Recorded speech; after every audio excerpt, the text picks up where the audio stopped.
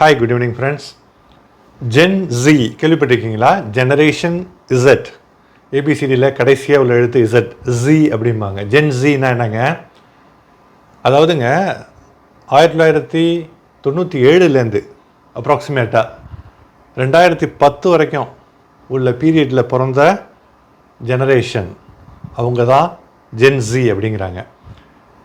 இந்த gen G generation அவங்கள பற்றி நான் கொஞ்சம் சொல்கிறேன் டீட்டெயில்டாக. நம்ம உதாரணத்துக்கு நான்லாம் 1979 பிறந்தேன். ஒரு குத்துமதிப்பு 1981 1996 வரைக்கும் பிறந்தவங்களை வந்து மில்லேனியல்ஸ் அப்படிங்கிறாங்க. மில்லேனியல்ஸ்னால் என்ன? மில்லேனியம் 2000 நூற்றாண்டு வருது இல்லைங்களா, அந்த கட்டத்தில் பிறந்திருக்கும், அதனால் மில்லேனியல்ஸ் அப்படிங்கிறாங்க. ஸோ மில்லேனியல்ஸ்க்கு அப்புறம் 97 2010 வரைக்கும் பிறந்தவங்களுக்கு ஜென் ஜிங்கிறாங்க. இப்போ 2011 2024 வரைக்கும் உள்ள பீரியட் லேட்டஸ்ட்டாக பிறந்தவங்களுக்கு ஜென்ரேஷன் ஆல்ஃபா ஜெனரேஷன் அப்படிங்கிறாங்க. இந்த ஜென்சி ஜெனரேஷன் இருக்குது இல்லைங்களா, இது வந்து ரொம்ப ஹைடெக் யுகத்தில் பிறக்கிற குழந்தைகள். ஈவன் ஜென்ரேஷன் ஆல்ஃபாவும் கூட இந்த ஜென்சி பிறக்கிற காலகட்டங்கள், இந்த ஒரு குழந்தையும் இந்த பீரியடில் பிறக்குதுன்னா wealth of information, abundance of information, data, abundance of டெக்னாலஜியோட உச்சத்தில், அறிவியல் தொழில்நுட்பத்தோட உச்சத்தில் வந்து பிறக்குது. இப்போ உள்ள அதிநவீன கருவிகள், கம்ப்யூட்டர்ஸ், ஏஐ, செயற்கை நுண்ணறிவு, இதெல்லாம் பார்க்குறப்போ திகைச்சு நிற்கிறோம்.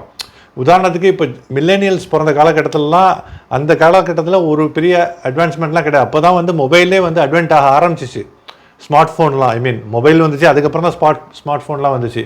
அதுக்கப்புறம் ஒரு வீட்டில் ஒரு லேண்ட்லைன் இருக்கிறதே ஒரு மிகப்பெரிய ஆச்சரியமாக பார்க்கப்பட்டது நம்ம காலத்தில், எங்கள் காலத்துலலாம் மில்லேனியர்ஸில். இப்போ ஜென்சி எல்லாமே ரெடிமேடாக கிடைக்குது. டேட்டாலாம் ரொம்ப ஹைடெக்கில் இருக்காங்க, நல்லா படிக்கிறாங்க, அறிவுத்தாகம் ரொம்ப அதிகமாக இருக்குது. அதே சமயத்தில் அவங்களுக்கு பேஷன்ஸ், பொறுமை ரொம்ப கம்மியாக இருக்குது. குயிக் கிராட்டிஃபிகேஷன், எதுவாக இருந்தாலும் உடனே அவங்களை வந்து திருப்திப்படுத்தணும். ஓகேங்களா? இமீடியசி, அந்த இம்மீடியட்டாக அவங்களுக்கு எல்லாம் கிடச்சிடணும், அந்த ஒரு விஷயம் அவங்கள்ட்ட, அது ஒரு நெகட்டிவாக இருக்குது. தகவல் தொழில்நுட்ப புரட்சி காலத்தில் பிறக்கிறதுனால அவங்க அதிகமான தகவல்களுக்கு உட்படுத்தப்படுறாங்க, நாலேஜ் அதிவேகமாக பெருகுது இந்த ஜென்சி. ஓகேங்களா? மொத்தத்தில் இதெல்லாம் எதுக்கு சொல்ல வரேன்னா, வாழ்க்கையில் வந்துங்க நம்ம ஹார்ட் ஒர்க் இருக்குது இல்லைங்களா, அந்த ஹார்ட் ஒர்க் பண்ணணும், கமிட்டடாக வேலை செய்யணும், விடாமுயற்சியோட வெற்றிக்கணியை நோக்கி போகணும் அப்படின்னு சொல்லிட்டு பல மோட்டிவேஷ்னல் ஸ்பீச்சஸ்லாம் நம்ம பார்த்துருப்போம் இல்லைங்களா. உனக்கு வெற்றி கிடைக்கணுன்னா நீ ஒரு கோலை நோக்கி போகணும்பா அப்படிம்பாங்க. ஒரு குறிக்கோளை செட் பண்ண, அதை நோக்கி நீ உழ, அது போகிற வரைக்கும் நீ ஹார்ட் ஒர்க்கை விடாத, விடாமுயற்சியை விடாத, தன்னம்பிக்கையை விடாத, உன்னுடைய அந்த கமிட்மெண்ட்டை விடாத, இந்த மாதிரி சொல்லிகிட்டே இருப்பாங்க. ஆனால் இது உள்ட்டாங்க. இப்போ இதெல்லாம் பேசிட்டு வர்றப்போ இந்த ஜெனரேஷனுக்கு இவ்வளோ நாலேஜ் இருக்குது, இவ்வளோ வெற்றிலாம் வந்து ரொம்ப ஈஸியாக கிடைப்பதற்கான சாத்தியக்கூறுகள் ரொம்ப அதிகமாக்கிடுச்சு இந்த ஒரு ஜெனரேஷன், இந்த ஒரு அறிவியல் தொழில்நுட்ப உச்சக்கட்ட வளர்ச்சி இல்லைங்களா. இப்போது நான் ஒரு 2 நாளைக்கு முந்தி நடிகர் ராம்கி பேசின ஒரு மோட்டிவேஷ்னல் ஸ்பீச்சை கேட்டேங்க. அவர் நிறையா சொல்கிறாரு, அதில் ஒரே ஒரு வார்த்தை சொன்னார், அது என் மனசில் ஆழமாக பதிஞ்சிச்சு. என்னென்னா, we don't get what we need, we will surely get what we deserve. என்னங்க அர்த்தம்?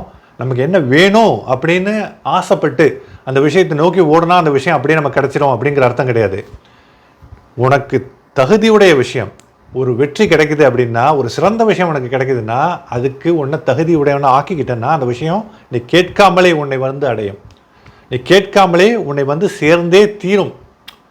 அதனால் இப்போ வந்து இந்த வெற்றி தியரி நான் சொன்னேன்ல, குறிக்கோளை செட் பண்ணிவிட்டு அதை நோக்கி ஓடணும்னு சொல்லிட்டு, அதை கொஞ்சம் உள்டாவாக சிந்திக்கணும். என்ன, எப்படி? அது நம்ம எப்போவுமே செய்கிற வேலையில் ஹார்ட் ஒர்க், அதாவது கடின உழைப்பு, விடாமுயற்சி, தன்னம்பிக்கை, கன்சிஸ்டண்ட்டாக தொடர்ச்சியாக ஒரு விஷயத்தை முயற்சி பண்ணிக்கிட்டே இருக்கிறது, சரியாக ஒரு விஷயத்தை முயற்சி பண்ணி ப்ராப்பரான இம்ப்ரூவ்மெண்ட் பண்ணுறது, தெளிவாக ஒரு விஷயத்தை ஃபாலோ அப் பண்ணுறது, விஷயத்தை முடிகிற வரைக்கும் விடாமல் தொடர்ந்து ஃபாலோ அப் பண்ணி அது முடிகிற வரைக்கும் கமிட்டடோட அந்த விஷயத்தை ரொம்ப சிரத்தையாக, ரொம்ப தெளிவாக, கடின உழைப்போடு அந்த விஷயத்தை அணுகிறது. இது வந்து நீங்கள் செய்கிற ஒவ்வொரு விஷயத்துலையும் நீங்கள் பண்ணிங்கன்னா உங்களுக்கு குறிக்கோள் இருக்கணுங்கிற அவசியம் கிடையாது.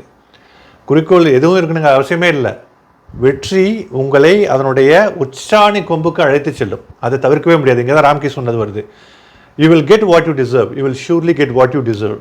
நீங்கள் எதற்கு தகுதியுடையவர்களாக ஆகிறீர்களோ அந்த விஷயம் உங்களை அடைந்தே தீரும். நீங்கள் ஆசைப்பட்டு அதை வேண்டாம் என்று சொன்னாலும் கூட நீங்கள் கண்டிப்பாக அந்த உயர்ந்த நிலையை அடைந்தே தீருவீர்கள். அதனால தான் பெரிய ஒரு சிறந்த நிலைமைக்கு நம்ம வந்து தகுதியாக்கிக்குவோம்.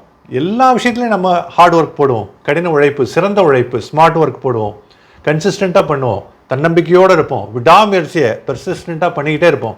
எல்லா விஷயத்திலும் இதை செஞ்சிங்கன்னா கண்டிப்பாக வாழ்க்கை உங்களை வேறு லெவலுக்கு கொண்டு போய் உங்களை வாழ்க்கையினுடைய உச்சாணி கொம்பு, அந்த உச்சக்கட்டம் இருக்கு இல்லைங்களா, வெற்றியினுடைய அந்த விளிம்பு, அந்த நிலைமைக்கு உங்களை கொண்டு போயிடுங்க. அதை நீங்கள் விரும்பாவிட்டாலும் கூட. தேங்க்யூ கைஸ் ஃபார் வாட்சிங். Have a fantastic evening.